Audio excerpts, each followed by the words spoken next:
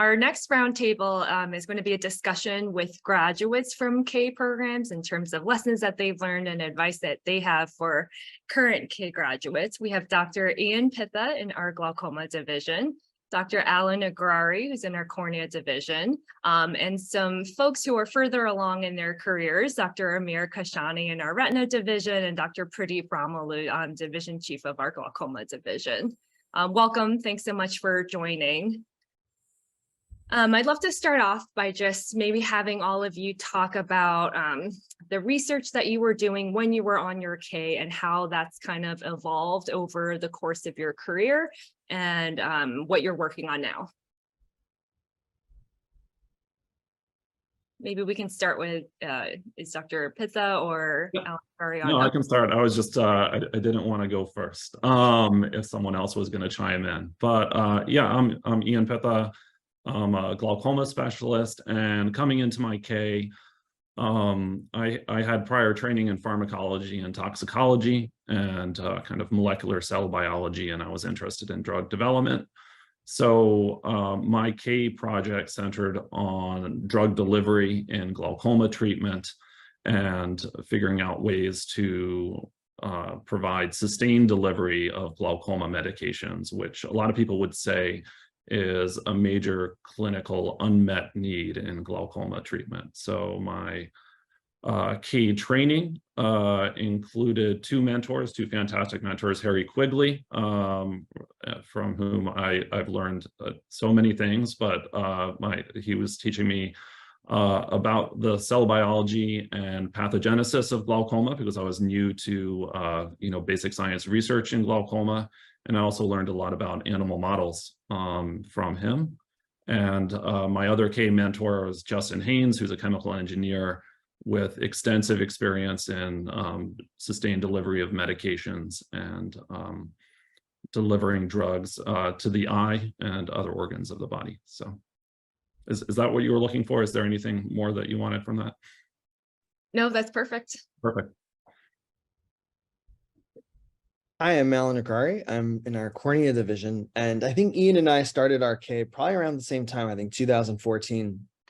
And so my K had focused on looking at the genetics and imaging of Fuchs dystrophy, and specifically in people of African descent, which had been underrepresented in research at the time. I'd wanted in that process to get more experience, both with genetic epidemiology and biostatistics. So I did an MPH as part of my training as well. Since then, so specifically from a genetics perspective, we were able to look at the genetics of Fuchs dystrophy within the African-American population, but are continuing our work looking at large families, identifying additional mutations associated with Fuchs dystrophy and looking at genotype-phenotype correlations in disease. From an imaging perspective, much of my work at the time had focused on a technique called retroillumination photography, where we're able to analyze images of the cornea, where we're specifically quantifying the severity of the disease. In that process, we had taken what was a manual process of counting the dots and automating it. But since then, now we've been working a lot in the AI sphere, and specifically looking now at applying AI towards being able to add to the efficiency and accuracy of how we do these analyses. There's a second component to my K, which was, as it turned out in the fall of 2014, when I had started, the West African Ebola epidemic had broken out. And really thanks to the K committee for allowing me to add this additional component of gaining experience and training, we're able to develop a 5-year longitudinal study of Ebola survivors and their close contacts, about 3,000 people total, and follow that over time. So now we're analyzing the 5-year data and outcomes, and continuing to work in that sphere as well.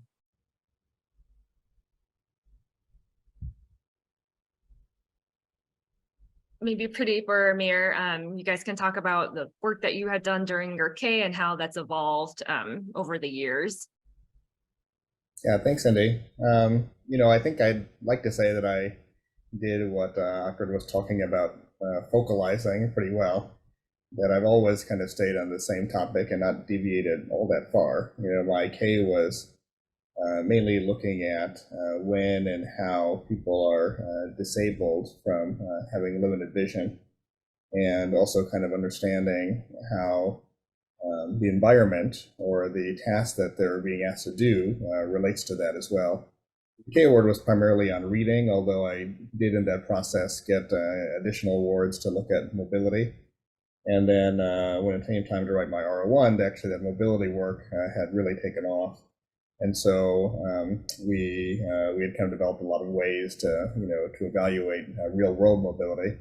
And I think also, as Akrit mentioned, a lot of that we're taking that early time to kind of come up with new techniques to do that.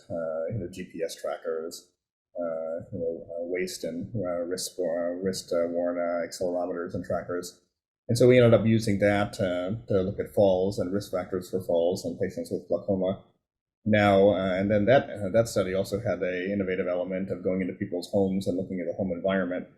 And now we've kind of really focused on looking at how we can optimize the home environment for people to stay safe in their homes as part of our R01 renewal, which we're working on now. So I've kind of like always kept that as the the main aspect of my career. I just love the topic.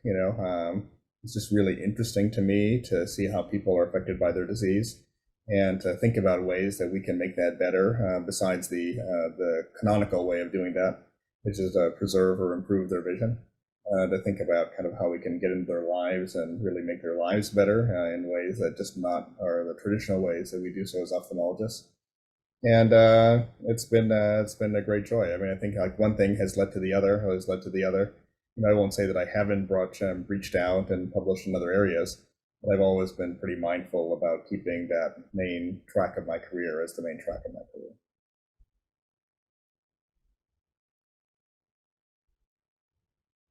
Great, Amir. Yeah, thanks, Cindy, for organizing this. This is a really great meeting. So my K was on the topic of understanding the early stages of retinal vascular diseases, namely diabetic retinopathy.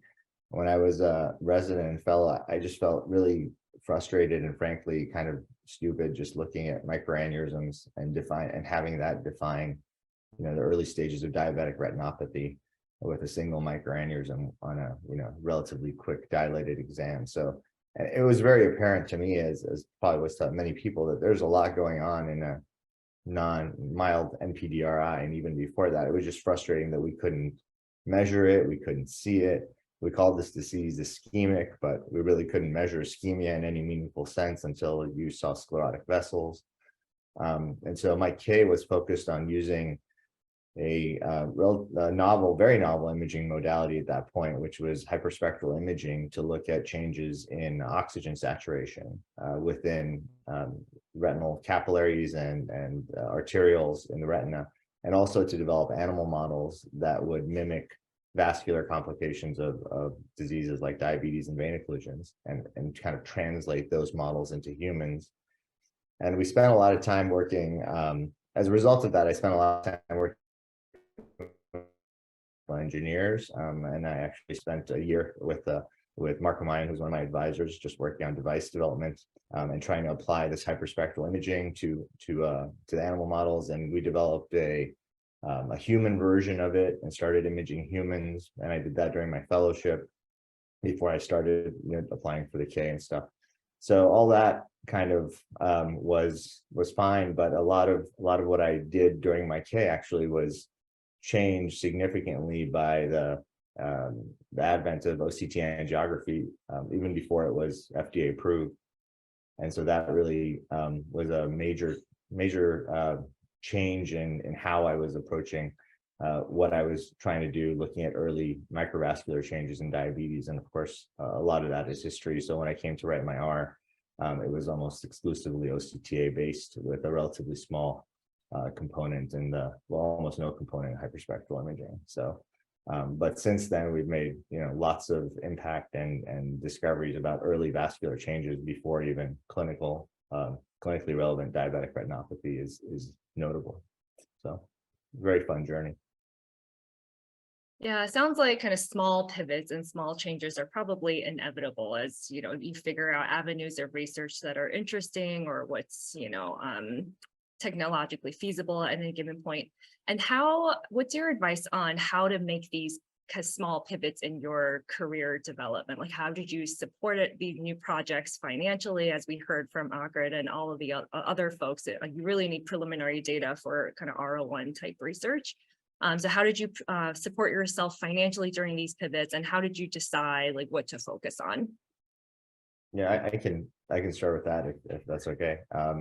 That leads right to the OCTA thing. So the way I think the answer there is mentors. If you want the one word answer to that question, because as a K awardee, you may have all these good ideas, but that's what your mentors are there for, to show you how to do something, when to do something.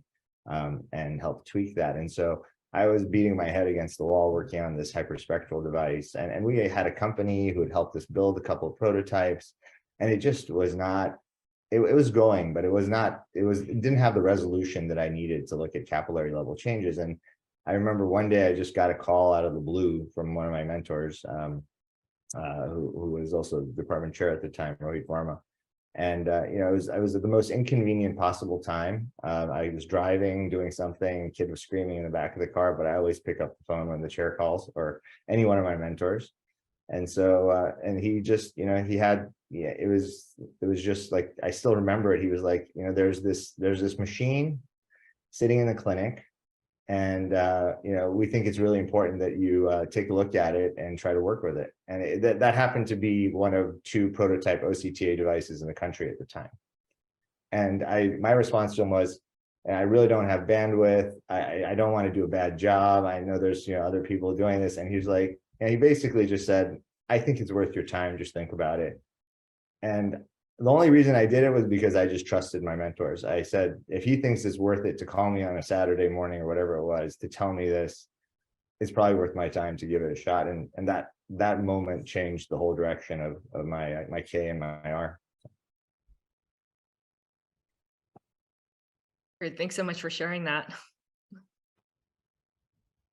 Yeah, I mean, I guess there's the resources aspect of transitioning, and then there's the mental resources. And so, I mean, you just can't underestimate, how much time and effort you need to really spend thinking about where you want to go. And you should have been thinking all along. But, I do remember, being maybe 2.5 years out from our R01, I spent a lot of time thinking what I was going to do next, just sitting and reading and figuring out which direction I'm going to go. Finally, kind of after a long time, I had this idea that I really wanted to look at falls. We had done some work with fear of falling. It was nice because actually there were some kind of like some data that one of my mentors also worked in that area. So even though I hadn't done a lot, I kind of had some related preliminary data on it, and I could use some of her data as a collaborator to show that we've worked on it. I kind of had some ideas about how we should be reevaluating falls as an outcome. I had done some work in driving. And so, we thought that, there were some measurement issues that we could address that hadn't really been addressed before, that were innovative, that we could look at falls per unit of activity as opposed to per unit of time. And I had already done work showing that people with eye disease limited their activity. So if they, fall the same amount, they may actually be falling more for every step that they take, which ended up being true. So, I mean, there's a lot of, you need to have a lot of conversations, and you need to be thinking by yourself. Some people think better when they're talking to somebody else. I think I know I certainly do.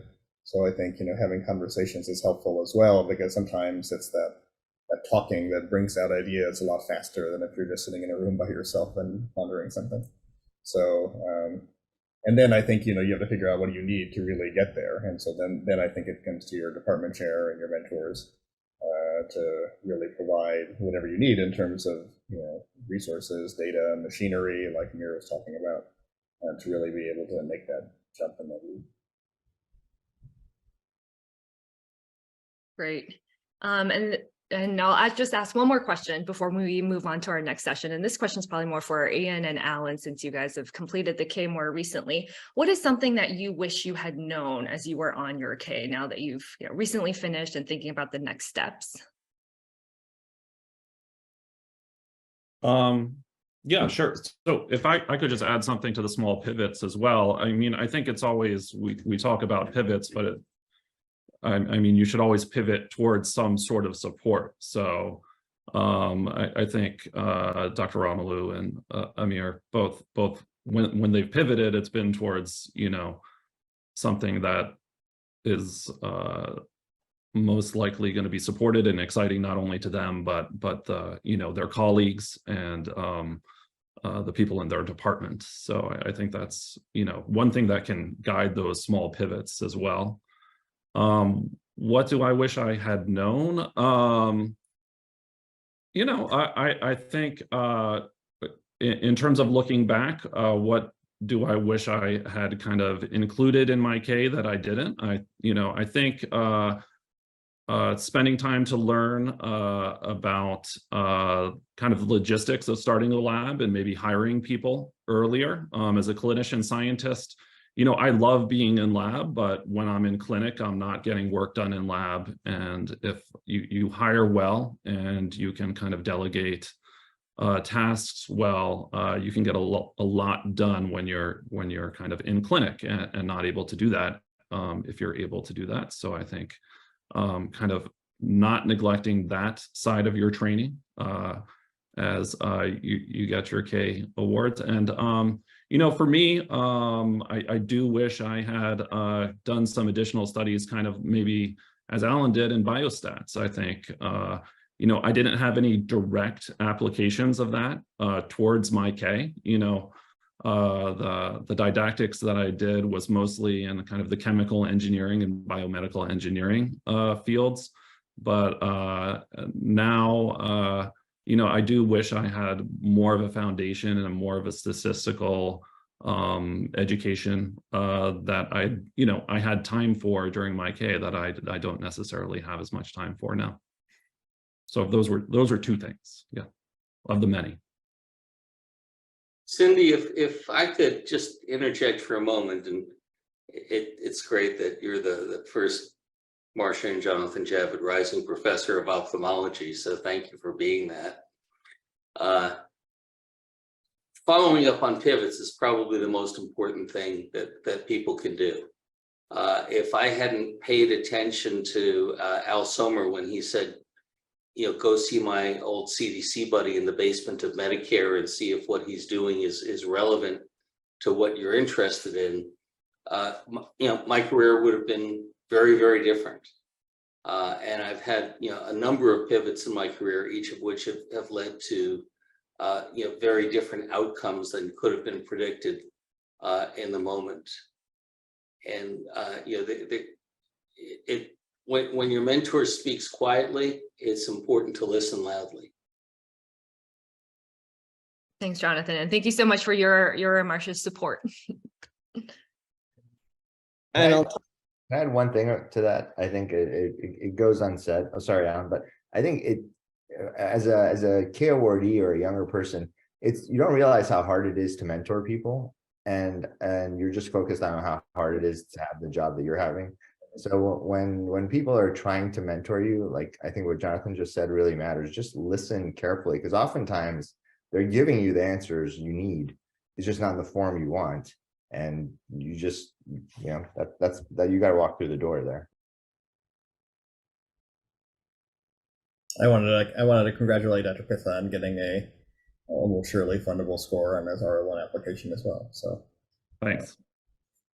And to go on from that, almost every regret from my K or thing I wish I had done, I can look back on a conversation I had with Harry Quigley where he told me to kind of do that exact same thing, and I just didn't hear it. So when your mentors are saying things, I would almost say, like, record those conversations and go back and listen to the subtle hints that are being given, or not so subtle hints that you're not listening to.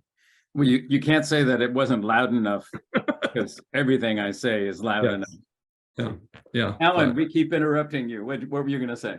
You know, I think one quality that really I think you start in the K to discover that I think looking back now, I think is really important is really this kind of art of collaboration. Before you do the K, as you're coming up in your career, oftentimes you're thinking about your own path forward. But the K is when you really first start to take responsibility. You have your mentor, but you also have this opportunity to collaborate kind of horizontally. And I think this is an area too, where to touch on the pivots, I think it can also give you some strength if you need to explore things. I think we're living at a special time where innovation is happening at an exponential rate. And I remember it was during my K when one of my students over the summer, several years ago, had mentioned we were analyzing corneal endothelial images, and he said, I want to try to do this with machine learning. And I had never heard of machine learning before, but he had some expertise, but he had also other folks who he could bring in, and he brought us together as a team.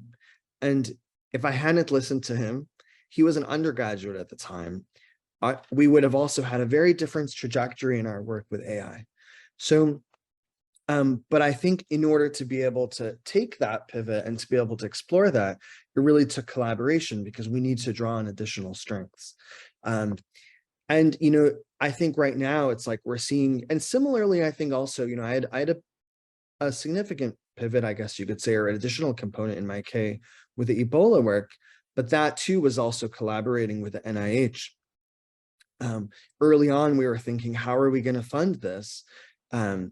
Beyond, just some initial work. And fortunately, right as we were thinking about that, Congress had decided to dedicate a little over $500 million for Ebola research. So being able to collaborate with the NIH to be able to fund that moving forward has been essential.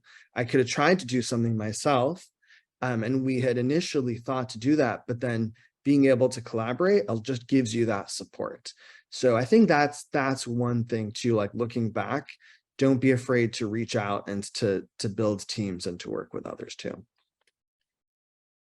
Amazing. Thanks so much, everyone, for the words of wisdom. We're going to go on to our last scheduled session for today. It's going to be a rapid fire presentation from current Wilmer K awardees, who's going to give a very brief presentation about their work, their training plan that they have for their K grant, and lessons learned as they've gone through this process.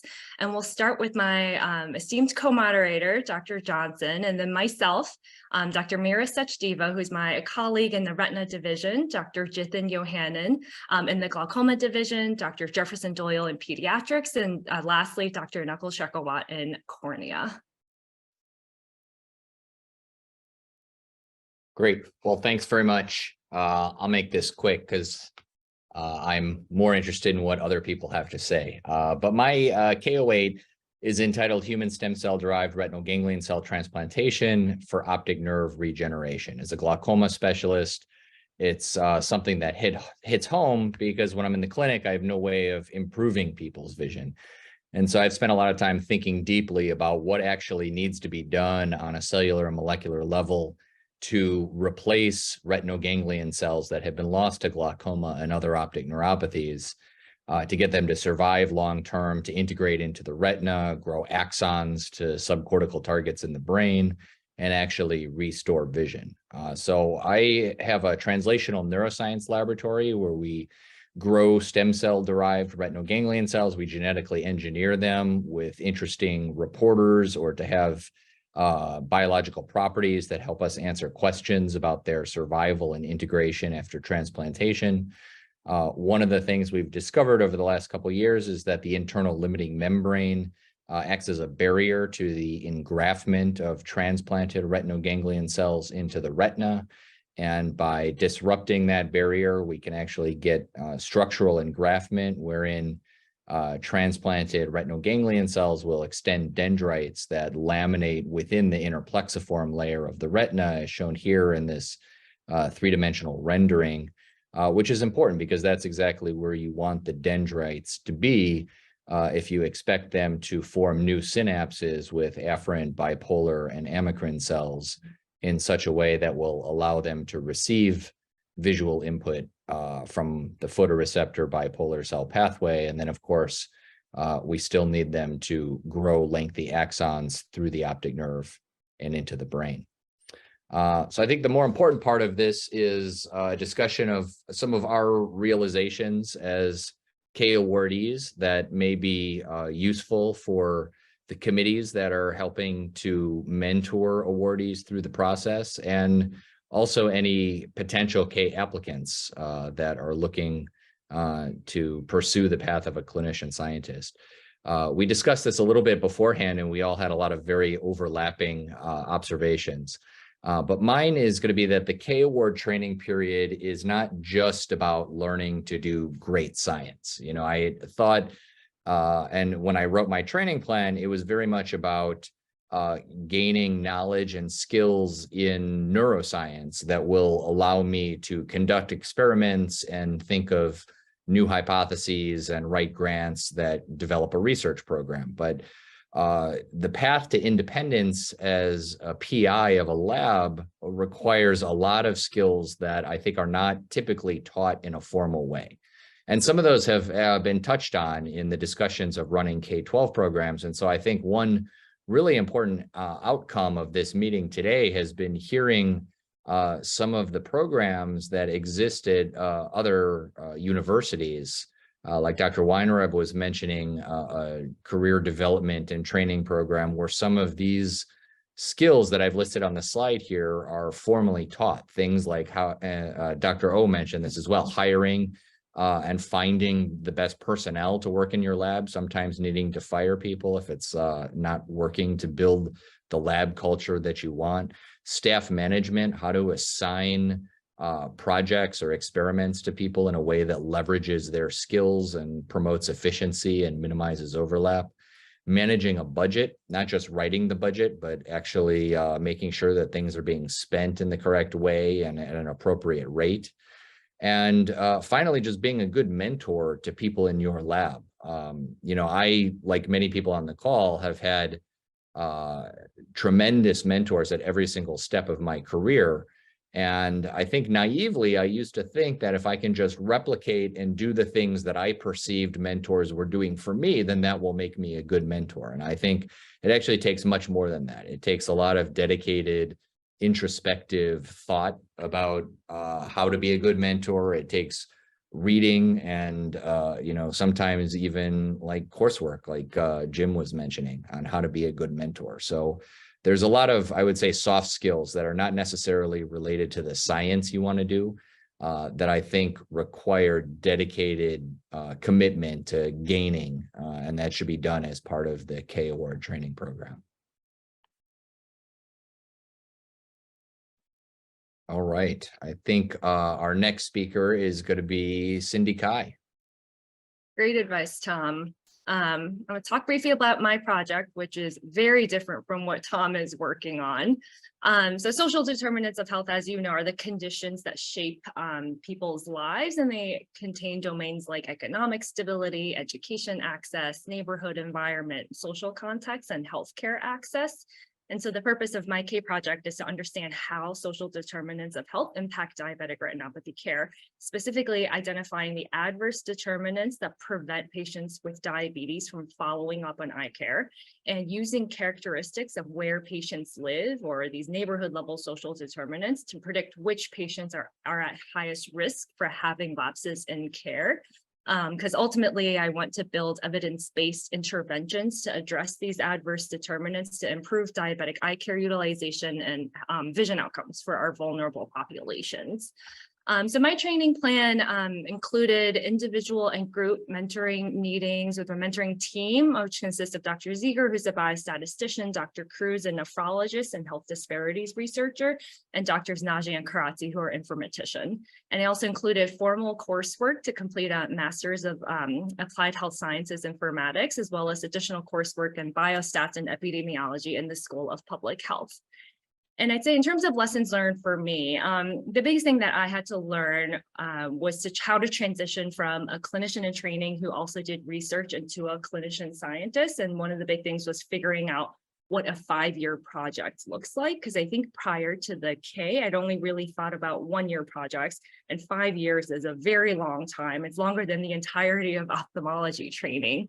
And my advice to applicants is, just start with your specific aims, just put your ideas to paper. Some of the very earlier drafts of my specific aims were probably closer to short research proposals that were 2 to 3 pages long rather than actual aims, but showing that to, Jim's grant writing committee and getting feedback was really helpful in kind of expanding my thinking and converting, a 1-year project into something that was more NIH fundable research. So thank you, and happy to chat offline for those of you who have additional questions.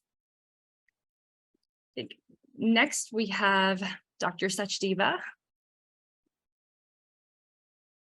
All right, let me just share this. Okay, hopefully you can see the slides and hear me. So yes, thanks to Cindy and Tom. I know we're going to try to keep this quick, but I just wanted to say I had the pleasure of being supported first by the K-12 at Wilmer, and then I transitioned to my own K-08.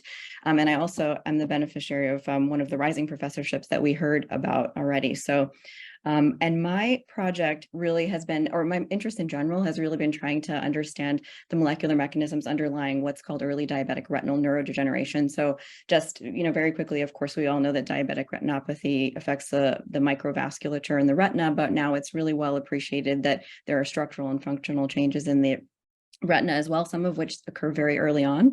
And the retinal ganglion cells have been kind of a focus of that in the literature and suggest there might be RGC loss. So for the K, my hypothesis was really that diabetes and high glucose directly lead to RGC loss or dysfunction due to perturbations in mitochondrial dynamics via dysregulation of a specific protein called Paris, which one of my mentors identified as very important in mitochondrial dynamics and neurodegeneration in Parkinson's. So I've been interested in trying to make some parallels between what's going on in the diabetic retina in terms of neurodegeneration and neurodegenerative disease in the brain.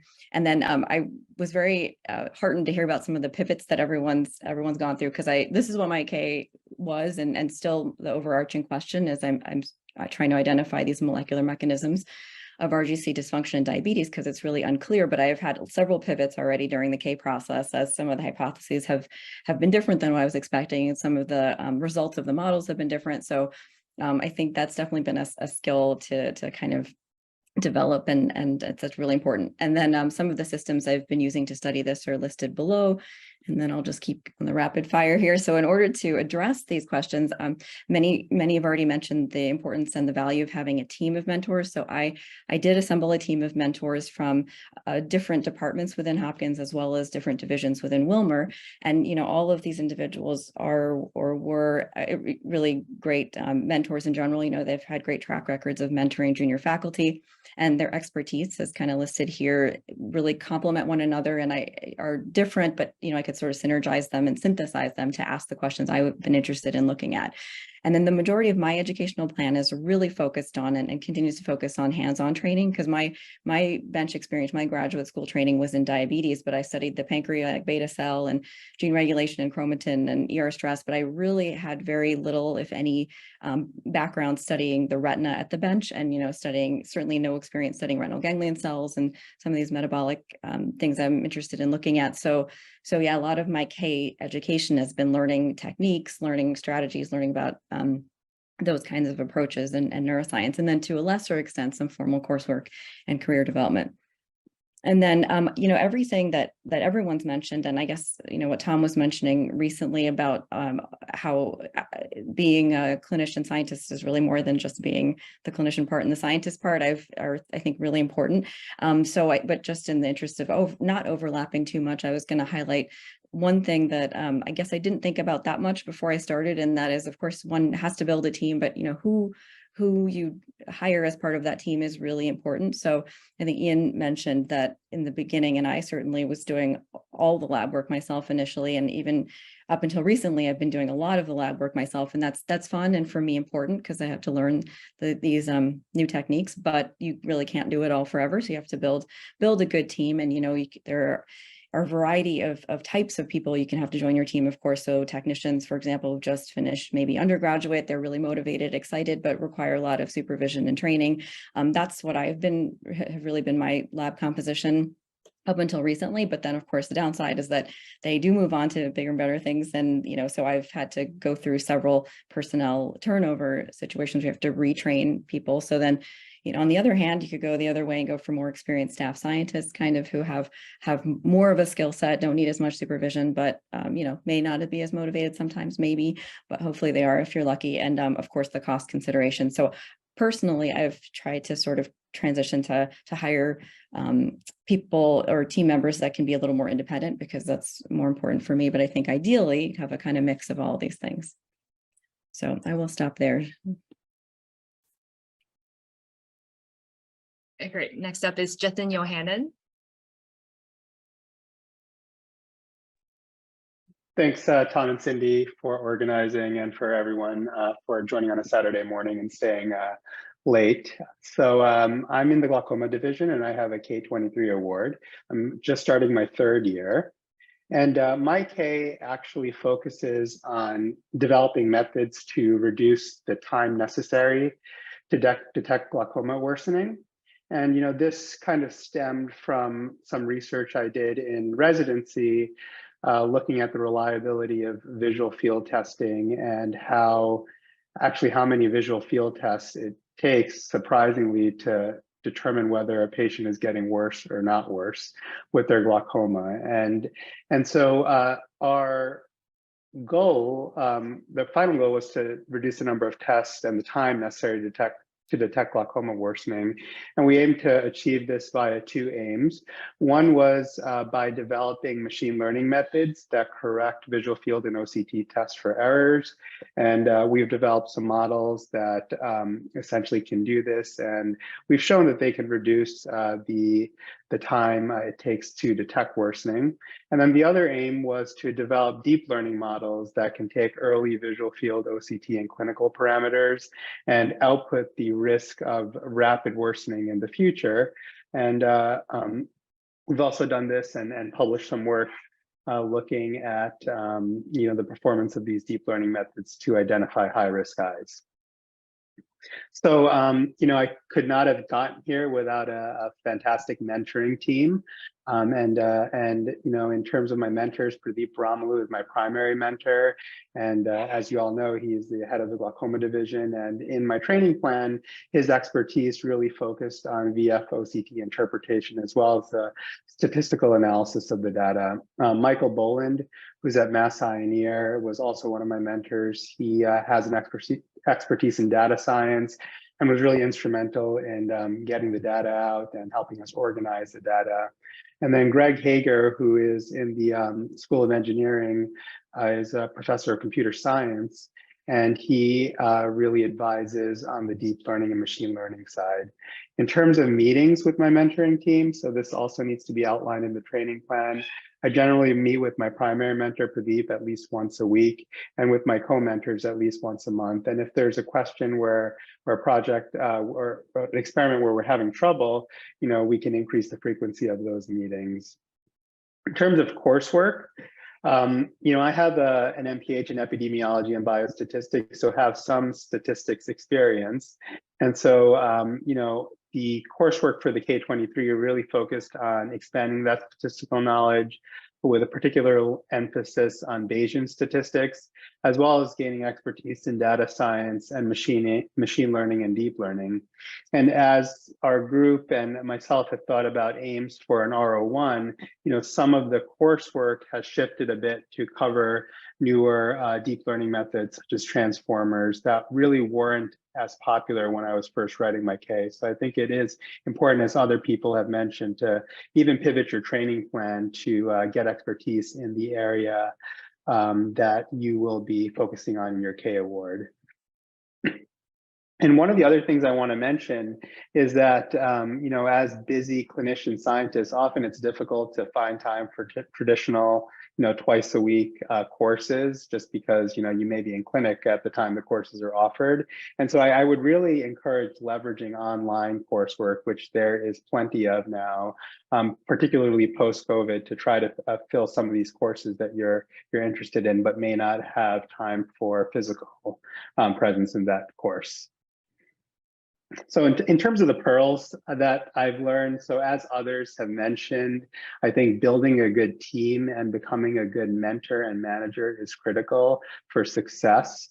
You know, when you are in a clinic or in the operating room, you really want folks that can, you know, do some statistical analysis for you, help write the papers. And so you really want to build that team early on and leverage your mentors to find the right students and research associates. And then again, the K does not provide a lot of funding for this type of, you know, team-based approach. So you want to rely on institutional funding, foundation funding, even other NIH mechanisms to really be able to fund your team. The other pearl is to become ruthless about time management. So, you know, when you're trying to balance clinical commitments, research commitments, as well as, you know, leave time for family and exercising, you really have to be good about blocking off time. And so what I've done is I typically set quarterly goals in terms of what I want to do for my research over the next 3 months. And then every week I review what I need to do to achieve those quarterly goals, and essentially block off time during the week to either do coursework or to, you know, review papers or to think about our aims. So I think that's especially important. If you see it on your calendar, you should just commit to getting that task done within that period of time. I already mentioned this again, online courses are great to try to achieve some of those training goals. Really want to thank my team. If you have any questions, you can email me or scan the QR code to go to our website. Thank you.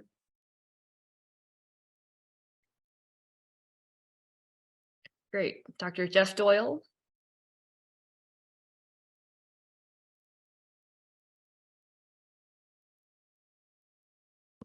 Thanks, Cindy.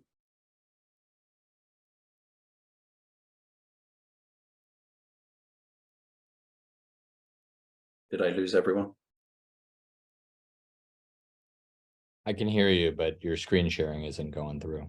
Yeah, sorry, I don't know. I just screen shared and everything just froze. All right, let me. And it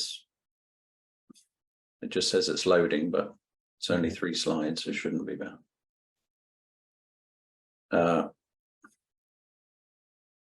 right, I guess in the interest of time, Tom, you can hear me okay? Yep. Okay, so I'll just chalkboard it, I guess. So my I'm in my second year of a K award and focusing on etiology of monogenic forms of high myopia. And I'm fortunate enough to be one of the rising professors to benefit from Jonathan's program, and I'm in my first year of that. So our broad area of interest from a scientific point of view is trying to understand there's many disparate genetic causes of pathological eye growth and the complications. These range from connective tissue disorders, various systemic metabolic disorders, a number of inherited retinal dystrophies, as well as a number of monogenic forms. And I think what was of interest to me is that these are etiologically very diverse disorders. What on earth is the connection as to why?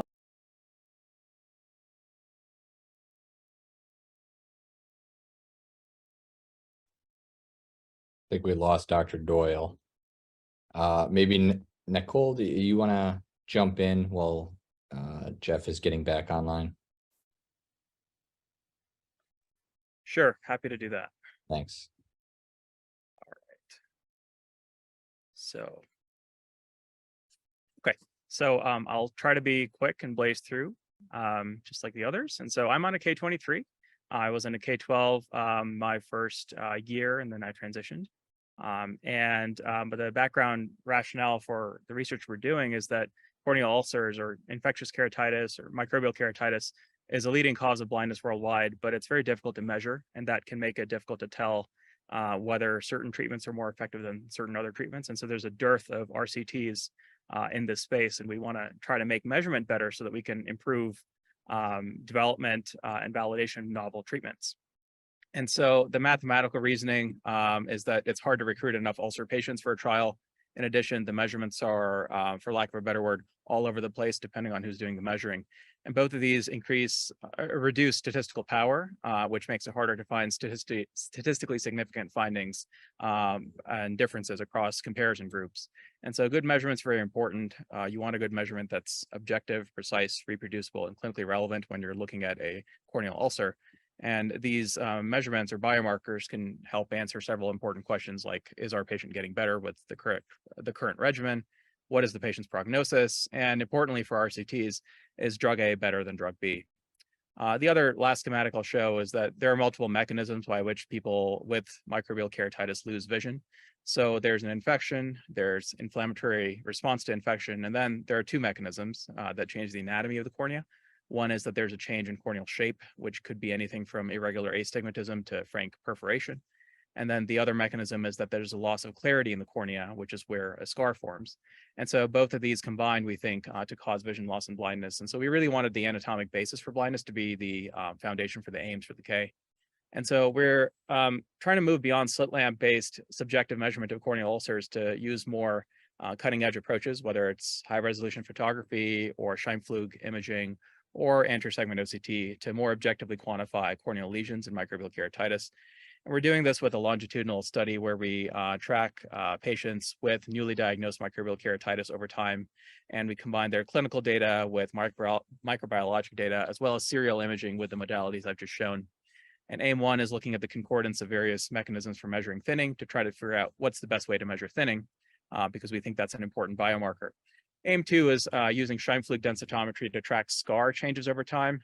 We know that scarring is a principal mechanism, but for an organ whose entire job is to remain clear, you'd be surprised to hear that there's no objective, precise, reproducible way to measure corneal clarity. And we think that's an important contribution we can make.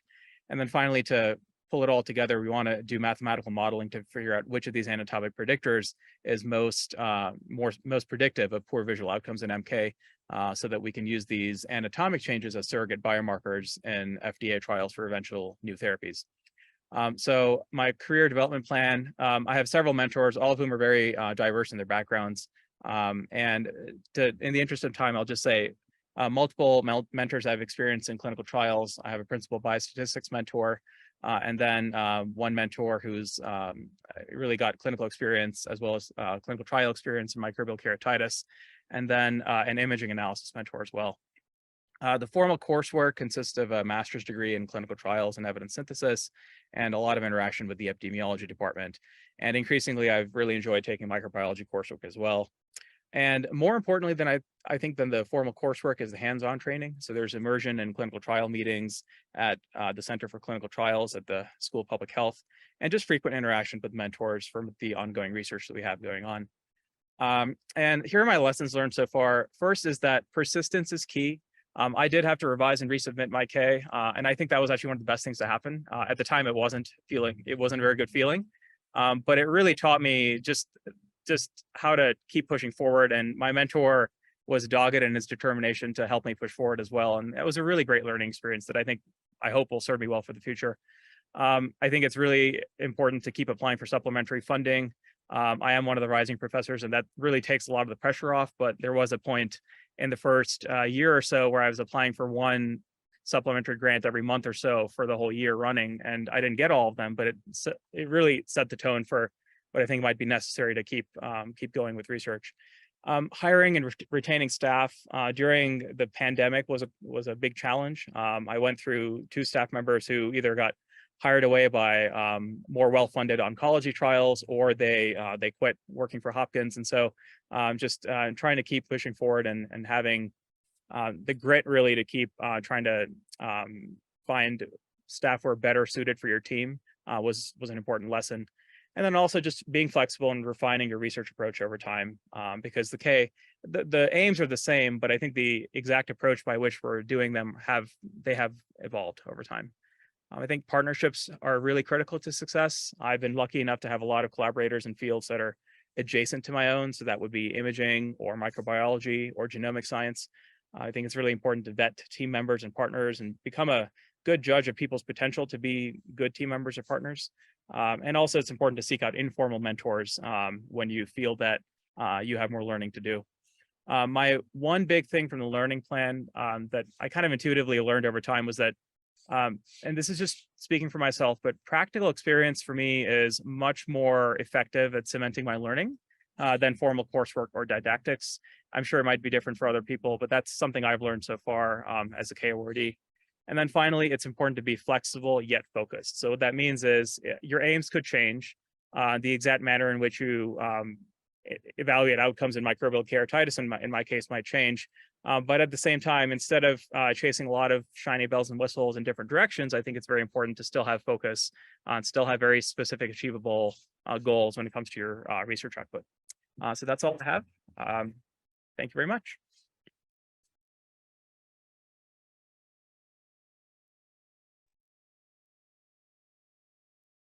Great. I think Dr. Doyle has rejoined us. Sorry about that. I've been on for 3 hours with no problem, and the 2 minutes I needed. So I won't try and reshare. I'll simply say my mentorship team. I think I've got Don Zach here at Wilmer, who's a wonderful resource and very experienced and knowledgeable. There was not necessarily anyone in the direct areas I was working. So I think for me, one of the things was how to piece together the right mentorship team, including people from outside. So I pulled in my PhD mentor, Hal Dietz from genetics, which for monogenic forms of myopia made sense. And then actually, really, there was only one person doing mouse myopia research in the US, Michelle Pardue down at Emory and Georgia Tech. And so she has been a tremendous help. And I do virtual meetings with her, which I think has made this much more possible. I will, since I'm not showing slides, in the interest of time, I think certainly I would agree with everything that people had talked about. One thing that I never really considered, I thought I would mention, is the role of PhD students in a new laboratory. It's not something I'd really considered coming into this, which is why I thought I'd mention. So I was given a secondary appointment in the Department of Genetic Medicine. I was invited to join the cellular and molecular medicine PhD program at Hopkins. I think both seemed interested to have more people with eye research in their program. And so something I was advised to ask up front was, what are the commitments to those? What are the financial commitments and the teaching commitments that are potentially going to draw away from your K, but perhaps also enhance it? And so really it was only a lecture a year per program. They required you to sit on the graduate board examinations, just 1 to 2 per year, which is a couple of hours, and interview 1 or 2 applicants a year. So overall, it didn't seem a huge commitment, and I was interested in at least learning more about that.